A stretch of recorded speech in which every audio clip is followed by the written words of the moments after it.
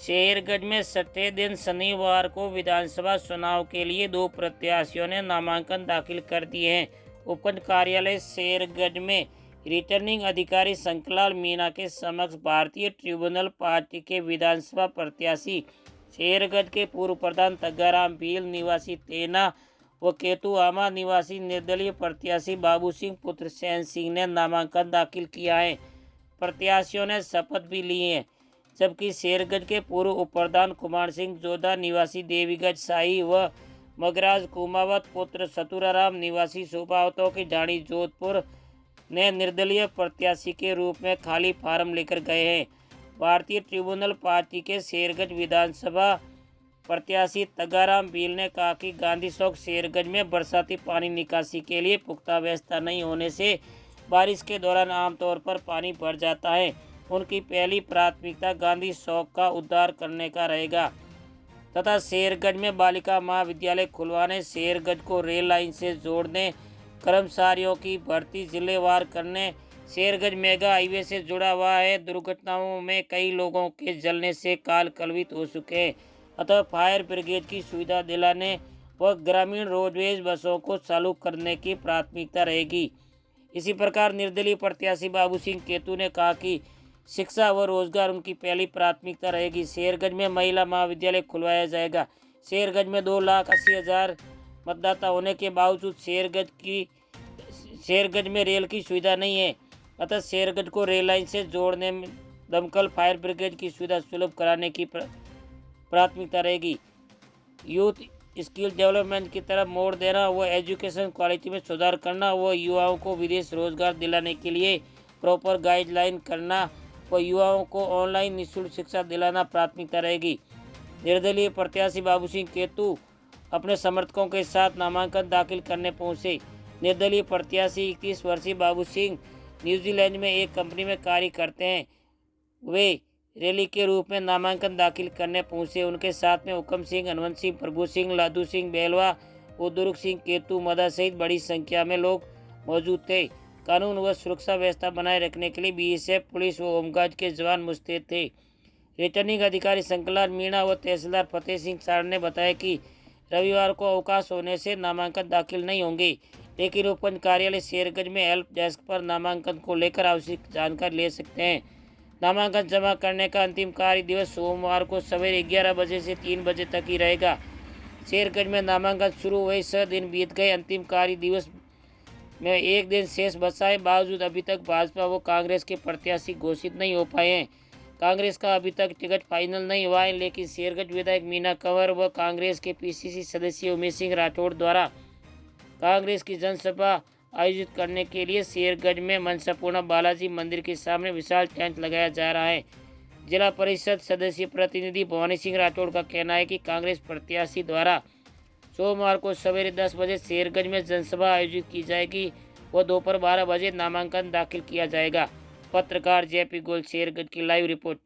अपने सर्किल की ताज़ा खबर देखने के लिए Baba Ramdev superfast news channel को सब्सक्राइब, लाइक और शेयर करें, ताकि जब भी बनती है नई खबर सबसे पहले आपको मिल सके लाइव ताज़ा खबर।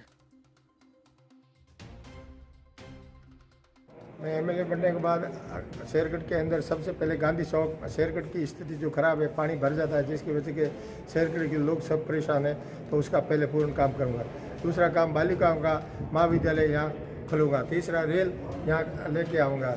चौथा मेरा पॉइंट है जो जितने भी कर्मचारियों की भर्तियाँ होती है वो जिले वाइज होनी चाहिए, जिसकी वजह से जो अपने सभी को मिले। नहीं तो आरपीसी के थ्रू केवल कोचिंग क्लास और साधन संबंध वाले का ही सिलेक्शन रहता है। बालिका महाविद्यालय भी यहाँ नया बनाएंगे तो हमारे बच्चियों बाहर नहीं जा करके यहीं कॉलेज कर पाएगी। फायर ब्रिगेड को लेकर फायर ब्रिगेड होने की वजह से क्या यहाँ कोई भी एक्सीडेंट हो जाता है इसका जल आग का, तो उसको बुझाने के लिए कोई साधन है नहीं, इसलिए सबसे पहले फायर ब्रिगेड का बंदोबस्त जरूरी है। अच्छा, और क्या प्राथमिकता रहेगी खास? सबसे प्राथमिकता ये है कि बालिका वाला स्कूल का, और दूसरा जो भी हमारे ये शेरगंज के अंदर रोडवेज है वो कम है, और घर घर के लिए रोडवेज जो है नहीं, जो ग्रामीण के लिए, तो ये जोधपुर से यहाँ आती है तो ग्रामीण वाली रोडवेज होनी चाहिए। वो कराऊंगा। પણ दो ही मुद्दा है, शिक्षा और रोजगार।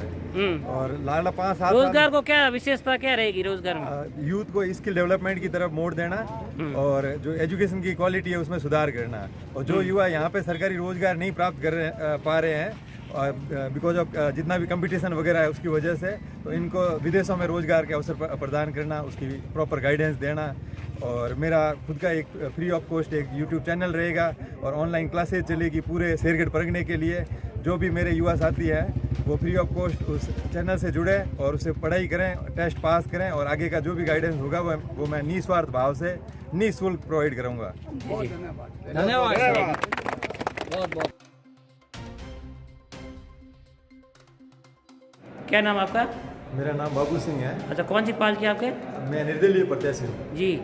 आप अगर विधायक बनते हो तो पहली क्या प्राथमिकता रहेगी शेरगढ़ की?